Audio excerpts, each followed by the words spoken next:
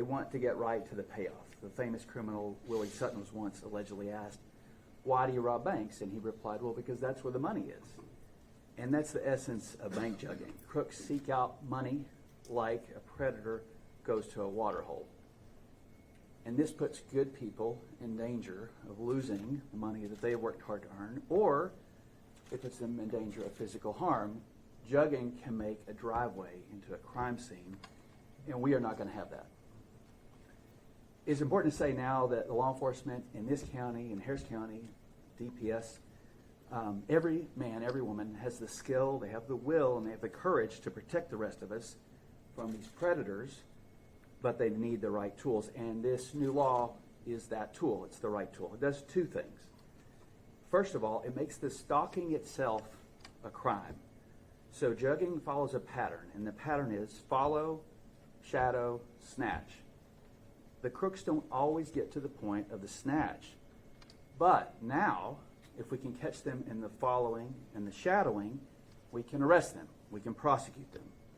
So, a crook follows you from an ATM or a bank. They don't deviate. They're following you in their vehicle, and then they have two or more criminal instruments in their possession. What's a criminal instrument? Well, a window punch, a screwdriver, binoculars, a mask, a gun, even the car itself.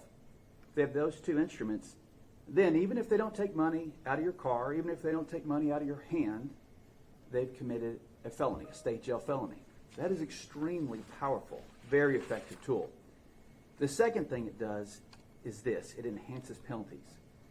So crooks are cunning and they're callous, but they're also calculating, right? And so we want to introduce something into those calculations. We want to make the cost of doing this particular business so high they don't do it. That's what we're looking for. So if somebody's jugging, they follow you, you go in, as was said before, you're taking your kid out of daycare, they take that money out of your car, that is changed from a Class A misdemeanor, now it's a third-degree felony. That's very significant. If you're robbed, and I'm not saying like an aggravated robbery, gun in your face, but somebody pulls something out of your hand and it causes you pain, or they threaten you in a way that you suddenly give up that withdrawal envelope from your purse, that is now a first-degree felony, and that's significant. I'm going to say this again. Law enforcement in this county, in Harris County, law enforcement working for Colonel Martin, every man and woman, they have the skill, they have the will, they have the courage to protect you and I, but they need the right tools. And beginning September 1st, that tool will be in place that we can arrest and we can prosecute. To that end, I would say Mr. Ligon is committed to fully, to faithfully, and to fiercely prosecuting anybody who commits this offense to keep you as safe as the men and women in uniform can do that for us. Thank you. Bring back Sheriff Doolittle. Well, I don't know what else to say. They've pretty much said it all. I do believe it is important. I take the approach of informing the public, educating them of problems, and then aggressively enforcing the law. Working with our partner agencies to make sure that we minimize the number of victims in our community, the number of people that have to suffer through these problems before we figure out what's going on. So it's really good to have everybody here talking about this and educating our public. So we need to talk about what you need to do to prevent from being a victim.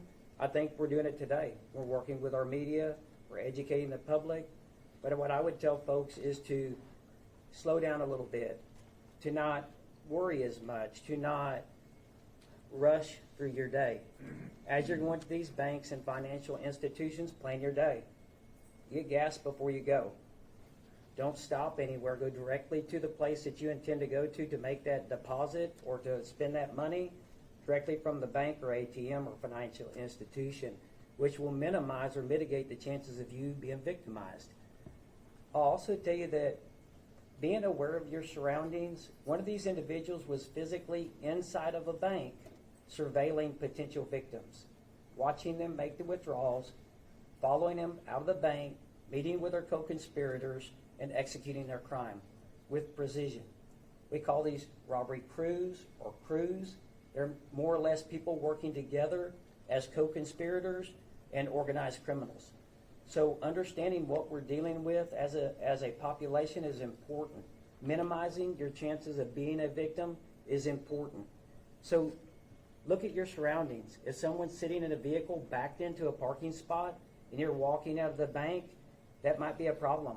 You may turn around and walk right back in the bank where there may be a security officer or a police officer. You may be able to call 911. Let us know that there's a problem so we can get to you quickly. To hide the money that you're withdrawing maybe in your pocket, in your purse, not walking out with a bank bag or just communicating that you have just made a withdrawal. So these important things can mitigate the chances of you being a victim by just preparing a little bit, not establishing patterns when you withdraw money for your payroll, when you deposit money in the bank that you've collected, thinking about these things and just listening to what we're doing here, reading about this, educating yourself about it, and minimizing your chances of being a victim. I really thank y'all for being here today, for helping us get the word out about this, and I'm looking forward to the future of working with these agencies to help keep our community just a little bit safer. The last thing that I might add to this is if you are a criminal and you're involved in this type of crime, the person you're surveilling may very well be a police officer. It may very well be someone working with us.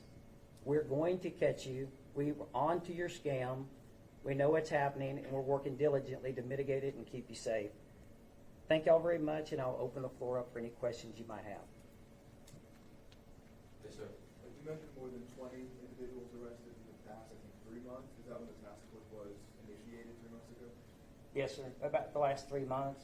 And I'll add to that, most of these individuals are on probation, parole, or have an extensive criminal history. And we're working diligently to identify these guys and get onto them before they commit their crimes, to work with, conduct our surveillance operations, to work across county lines with our partner agencies to ensure that once we identify these guys that are conducting these types of crimes, that we're holding them accountable. And then you showed us videos with those 2 different undercover operations. Was the goal to send an officer in and to lure a suspect into trying to do one of these crimes? One of the things we do in law enforcement is we merely provide criminals an opportunity to commit a crime. They make the decision whether they're going to do it or not, but we would not be doing our job if we weren't conducting undercover operations. Any other questions? Yes, sir. Good morning. Are you asking banks to do more to prevent jugging, or such as placing warning signs or reaching out to the community? Yeah, thank you for asking that question. I meant to talk about that. We are putting together some educational pieces to go meet with our banks in order to educate them about how these things work and what they might do to help us mitigate the problem. You mentioned avoiding routines and hiding money when exiting banks. Are you planning any targeted community outreach programs? Well, we're starting right here today. This is part of the educational piece where we inform people of the problem. With y'all's help, get the word out so people can start taking those measures to reduce the chances of them becoming a victim. Thank you. If I could just touch on one thing real quick is obviously if you're being followed, dial 911, immediate response. But there's so many situations out there where you see something that is suspicious, and maybe they're not following you, but you see somebody that you think is doing surveillance on people coming out of a bank or a business. You've got to report that stuff. We're asking for the public's help. We want to educate the public, the banks, the employees, everybody, to look for suspicious activity and report it. And you don't have to dial 911 to report that. A lot of people you just don't know how to do it. You can Google Texas DPS and report a suspicious activity. We ask everybody to download this I Watch Texas app. You can be anonymous. You can report anything on there.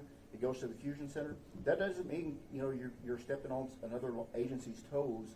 It just goes to DPS, and we send it back to Montgomery County or Harris County or Houston PD or wherever the case may be. So many of these cases, and when you're talking about only 20 arrests, that's just from this task force. There's police officers out there that arrest people every single day, but this law helps us call it what it is, jugging, because a lot of these, they're booked into jail for burglary of a motor vehicle, and it's a misdemeanor because they stole $50. So this helps us increasing those penalties, but it also helps us in collecting the data. I know one here recently was in Cedar Park, Texas. DPS helped Cedar Park PD work that case, but without the assistance of the Houston Police Department, we wouldn't have solved it. It was these crooks were out of Houston, and they had expanded out to Cedar Park, Texas. But there's so much activity that goes.